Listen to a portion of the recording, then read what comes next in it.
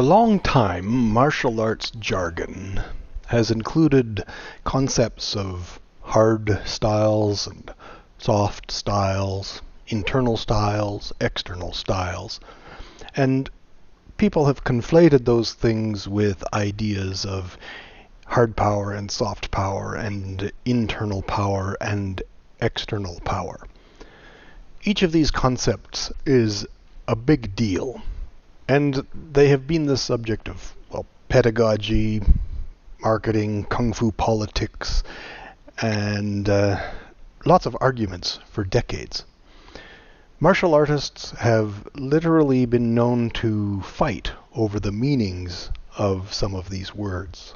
In this video, I'm going to talk about how all of these concepts are related to a particular fundamental principle that is found in all martial arts.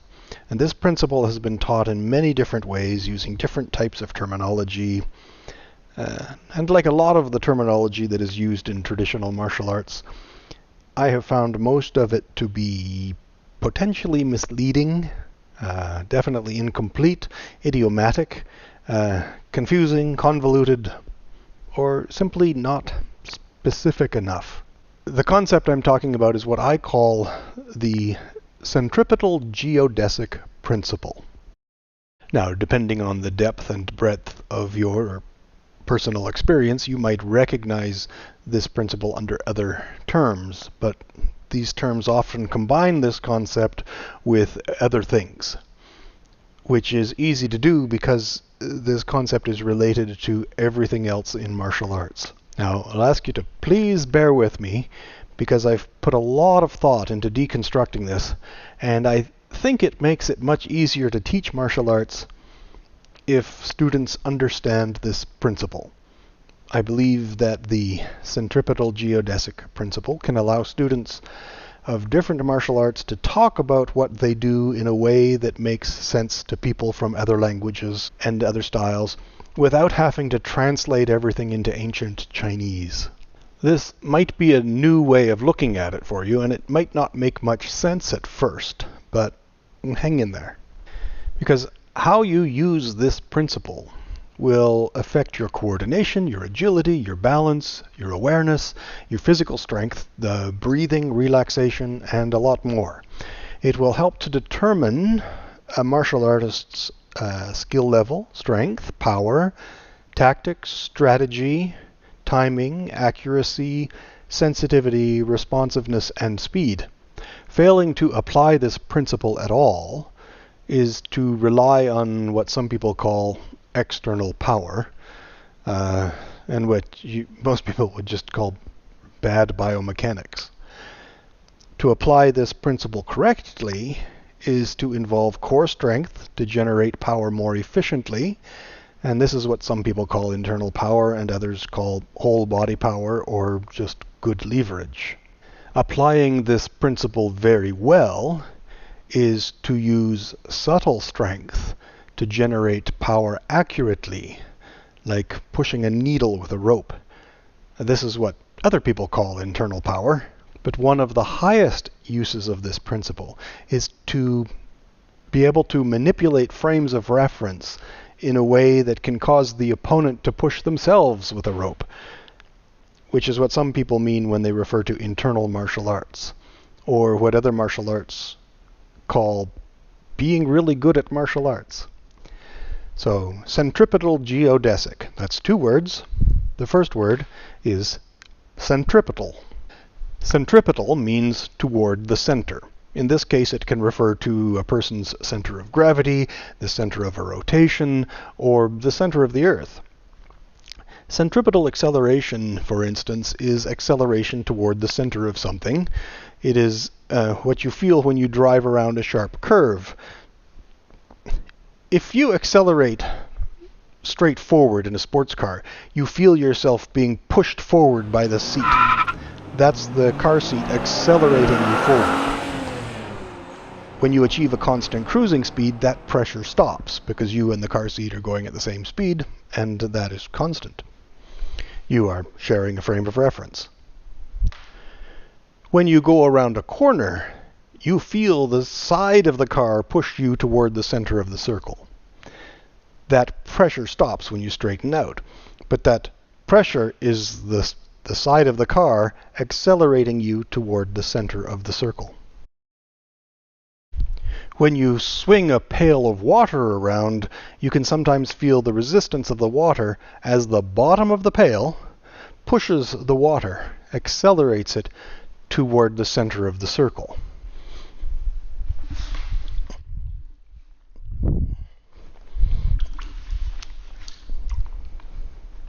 That resistance is what we call centrifugal force, which isn't really a thing. It's just the inertia of the water trying to keep going at a constant speed in one direction while you keep accelerating it toward the center. Centrifugal force would be like the force that you apply to the car seat when the car accelerates forward. You are not actually applying force to the car seat. You're just resisting the changes that the car seat is applying to you. Now, if someone were to throw you to the ground and stand on you, you will feel the pressure as they accelerate you, or part of you, toward the center of the earth. You will also feel the surface of the earth resisting that acceleration. If the surface of the earth were not there, then you would not feel the pressure because there would be no relative change within that frame of reference. The opponent would be moving the same speed as you, just as you would feel weightless in a car if you drove off a cliff. That's also why an astronaut in orbit does not feel any g-forces from the acceleration of the spacecraft, even though the orbiting spaceship is constantly accelerating toward the center of the Earth. The reason they don't crash into the Earth is because they are really good at missing it. As Douglas Adams wrote, all you have to do to fly is throw yourself at the ground and miss. So the satellite is moving laterally, or sometimes longitudinally, I suppose, past the Earth as it is accelerating toward the center of the Earth. So it's constantly missing. So it falls toward the Earth, but it goes sideways and it misses, and then it falls this way and it misses, and it falls this way and it misses, and it falls. It's constantly accelerating toward the center of the Earth and missing. It's a bit counterintuitive, I think, that you can actually be accelerating even though you're maintaining a constant speed, because it's the direction that changes. Right. So anyway, so centripetal means toward the center. The second word is geodesic. So a geodesic can be thought of as a straight line on a curved surface, or in curved space, or a curved frame of reference. If you get in an airplane and you fly in a straight line for long enough, you will end up on the other side of the planet. So, you went straight, but the medium that you were flying through was curved. In Euclidean geometry, the shortest distance between 2 points is a straight line. Bruce Lee said that simplicity is the shortest distance between 2 points. A straight line between two opposite sides of the Earth would go straight through the center of the Earth, but that is not the simplest way. It is much simpler to follow the geodesic all the way around the Earth than it is to drill through it. But where gravity and space-time are concerned, the shortest distance between 2 points is a geodesic.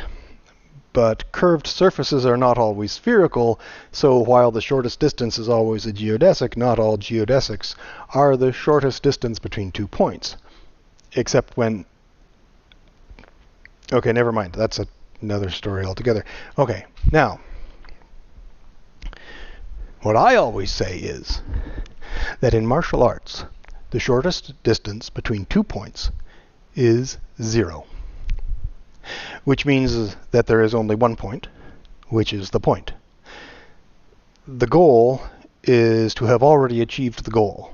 Hence the instructions from so many famous martial arts masters who say things like, there is no enemy, or start the fight by winning, or don't move, or don't do anything. To which the student says, yeah, well, how do you do that? And the teacher says, no, you don't. I said, what? Another way to think of it is to connect the opponent to the target so that they have nowhere to go except anywhere else besides the target. That is where the Centripetal Geodesic comes in, with intersecting frames of reference and trying to make your opponent divide their attack by 0 so that it becomes undefinable. But that stuff is over my head, so let's back up a little. If you are a tiny myopic creature walking along the surface in a straight line, you won't notice that the surface is curved. The surface is your frame of reference, and you just keep going. Of course, if you go very fast and the curve is too sharp, you will go off the road or out into space. If you go slowly enough, or the curve is gradual enough, then you will stay on the road and not notice that it is curved. Gravity is what happens when mass does that to space. Gravity is the weakest force in the universe, but when there is a lot of mass, it can twist and compress the frame of reference, in this case, space, so that something that tries to move past it will find itself moving towards it. It still thinks it's going in a straight line, just like that airplane, but the space itself is curved, and since space is also compressed as you get closer to the mass, it will move faster as it gets closer. So it hasn't tried to speed up, but the distance has shrunk. If a friend and you are walking parallel on this curved surface, and you both walk straight forward, you might expect them to stay beside you the whole time. But if the surface is curved, and curves are not always spherical, they're not always regular, then a small difference in initial starting position can mean a big difference farther down the road. So if you were walking along this belt, you might actually end up, you could go this way, they'd be right next to you, get caught on that curve and go this way, and you'd end up on opposite sides of the belt, almost like you're in a parallel or alternate universe.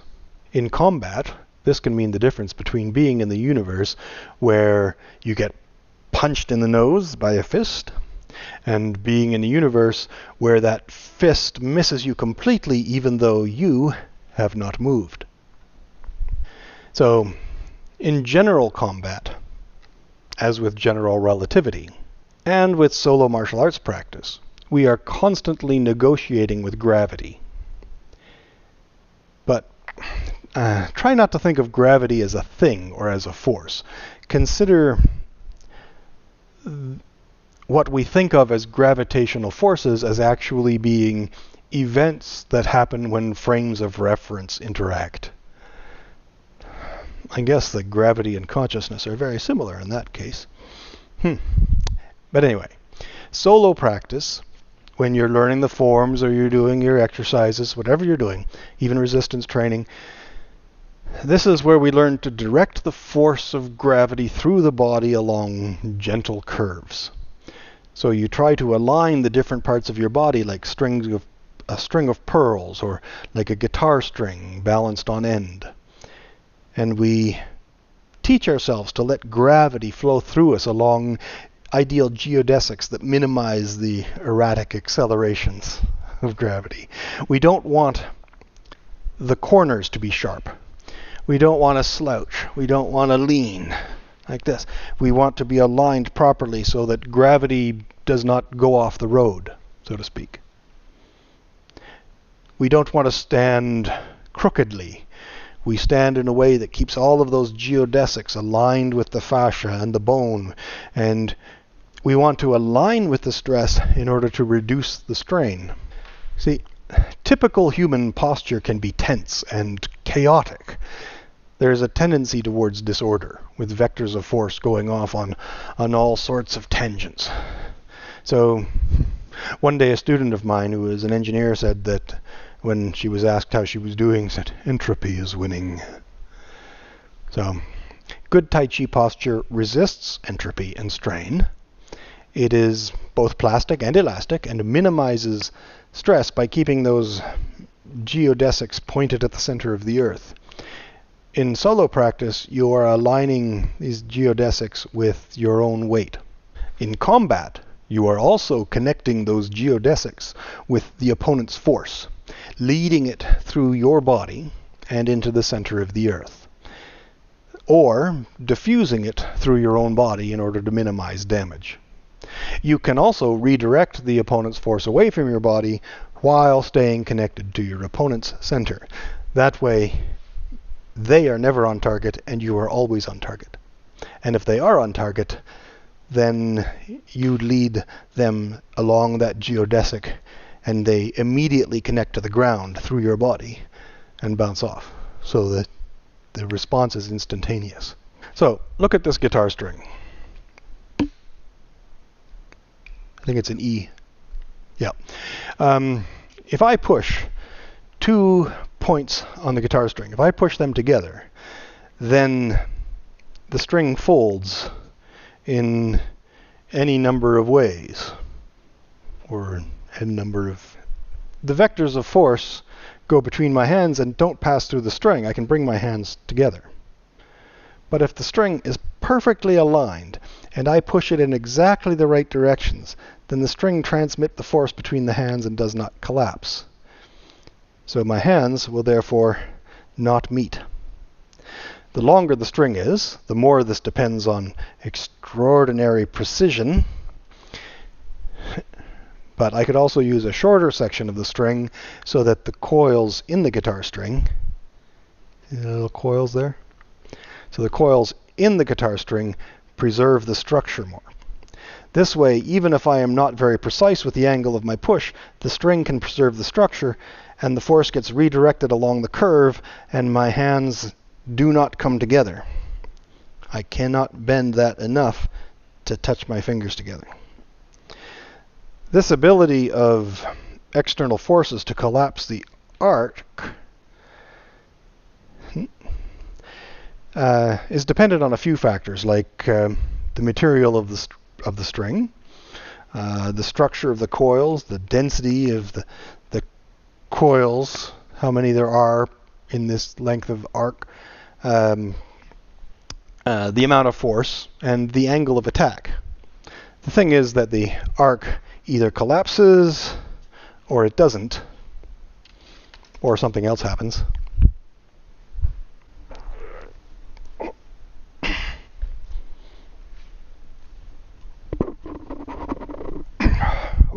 If someone pushes on my forearm, it might collapse, and then they could strike my body or my face, or get in close enough to tackle me or throw me. But if I can align my arm in the right way, then the force is transmitted through my arm and into my center.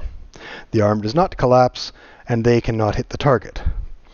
The same alignment will be useful if I'm striking a target. The whole body's power can be expressed through the arm into the target. If everything is properly aligned. If the alignment is not precise enough, it can still work so long as my arm is strong enough to fight the deformation and prevent spraining my wrist or breaking my wrist, for example. In martial arts, the fascia is aligned like this, and the muscles support the fascia and try to preserve the alignment of the fascia. And the more perfectly the fascia is aligned, the less muscle is required. The worse the alignment, the more muscle is needed, and proper alignment and stabilization by the muscle is what allows us to avoid what I call class 3 lever syndrome. Bad alignment makes stabilization difficult or impossible and prevents the body power from reaching the target. When the alignment is perfect, then we have a mechanical advantage over the opponent. In Tai Chi partner exercises like Toi Shou or pushing hands, as with grappling and sparring, we learn to align the body in a way which uses these centripetal geodesics to instantly connect the opponent's force to the ground. If they push us or pull us, we direct their force through our body into the ground so that they are not so much fighting us as they are fighting the ground. And the thing about ground fighting is that the ground has amazing endurance. If the geodesic goes outside the body, then we end up using class 3 levers and tend to get pulled off of our base of support. Understanding the centripetal geodesic is what allows us to use core power, to use whole body power, to reduce our dependence on local muscle strength, to reduce or eliminate the use of Class 3 levers. It enables us to use Class 1 and Class 2 levers and wedges and wheels and Galilean cannons and inclined planes and all those nice simple machines. It also enables us to remain agile, balanced, and flexible and adaptable even as we engage the opponent's attack. It also reduces our chances of falling and decreases the chances of injury if we do fall. But building and reinforcing that structure that shapes the centripetal geodesics is an important part of most martial arts. Well, all martial arts, really. Higher level skill involves softening and narrowing that structure, refining the alignment, making the arc more and more adaptable so that it can shorten or lengthen or move or instantly reposition itself without any kind of need for vector translation. You don't have to move the geodesic from one place to another. It just is there and then it is somewhere else. One part of martial arts training is strengthening the core muscles and strengthening the connection of the extremities to the core. But there are differences in how this can be used.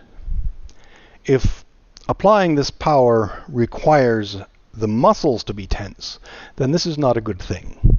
Tension makes it more difficult to avoid the Class 3 lever syndrome, but more importantly, the use of muscular strength increases the number of paths the force can take through your body. It makes it possible for the opponent to manipulate you in many different directions. If I'm tense and they push me this way, it moves me that way. If they push me this way, it moves me that way. If I reduce the number of pathways that they can interact with, then the only way they can move my center is by pushing directly toward my center. And I can manipulate that geodesic so that they push and it goes into the ground and bounces right back at them. So true internal power minimizes the number of ways in which the opponent can manipulate you. Ideally, you will get to choose the options that you want the opponent to have. And you can change those in a way that allows you to remain relaxed, balanced, and agile. If the opponent is right on target, then their force travels along that centripetal geodesic and they bounce off. If they are not on the target, then they go off the road and they are not a threat. And you can use the centripetal geodesics to manipulate frames of reference. The opponent tries to push you in one direction and ends up pushing another. They might start focusing on your nose as the target and end up focusing on emptiness. In solo practice, we focus on the geodesics within our own mind and body. We make them broader and thinner and longer and shorter. We vary the shape of the arc. We learn to change them instantly from one shape to another without vector translation. I wish I had studied Lagrangian mechanics. Your potential energy and your kinetic energy can seem to superposition themselves from the opponent's perspective anyway. You can do that by mentally switching a fulcrum to a different part of the body. That's another lesson. But people do that in Sui Jiao and Judo and Jinna and Toisho, fencing and boxing. Yeah, everybody does it. Gymnasts do it a lot. But after we spend enough time manipulating the geodesics within our own body, we learn to manipulate the geodesics in the opponent's body and their mind. We can seem to manipulate the size and shape of space by intercepting their intent. We can shorten and redirect their punch by messing with their nervous system or their point of view. Many martial arts schools begin by teaching the students how to punch and block. And over time, we learn that blocking is really a waste of time. We also learn that a punch is not as linear as we thought. We learn that making assumptions about a frame of reference is very dangerous. When you assume a frame of reference, you make an ass out of the ref? No, how does that go? When there is a fight, egos are like planets interacting with space-time. They twist and shrink frames of reference and cause matter to go in unexpected but somewhat predictable directions. Novice students move within simple frames of reference. They use Class 3 levers and too much muscle, and they're way too slow and awkward. Intermediate students use whole body power and learn to integrate the core strength with the extremities. They develop multiple geodesics and they're able to engage force from many different directions, but they tend to be tense and they engage too many different directions at once. This enables them to resist in all directions, but it makes them less agile. And it allows the opponent to engage them in many more directions. The image that we use is sometimes bulls butting heads. Intermediate students can do that even when they're alone.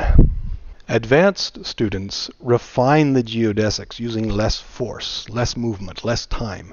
They engage the opponent with no more than 1 to 4 geodesics at once. They manipulate frames of reference to achieve their goals without using any force.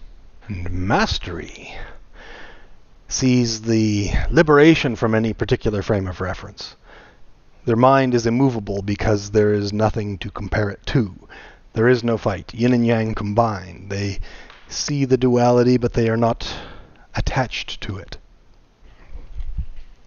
Now, as I said in the beginning, martial arts talk about hard styles and soft styles. And hard styles are supposed to be more linear and rigid than soft styles, which are more circular and softer. But I've seen so-called hard styles be softer than soft stylists.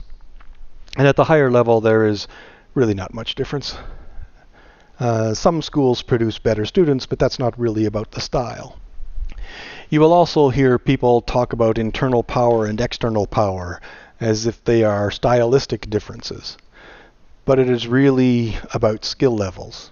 We should not confuse internal power with internal martial arts. Sure, internal martial arts talk about internal power a lot, but so do other martial arts. Internal power contains external power, but external power does not contain internal power. This means that the subtle and profound are built on the plane and the superficial.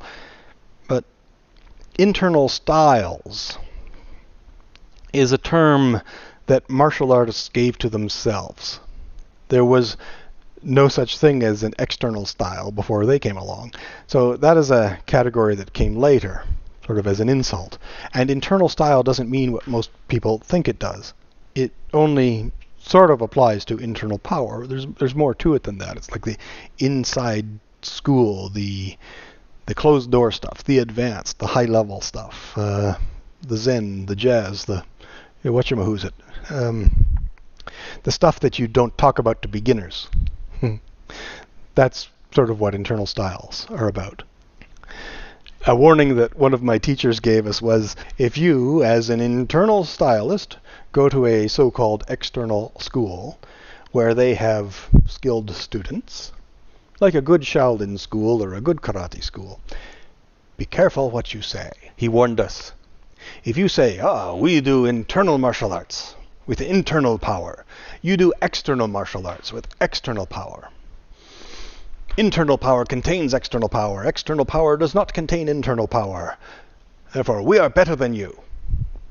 He paused thoughtfully and then smiled and said, if you say that, I think maybe they will kill you. All styles teach internal power. How they do it is different.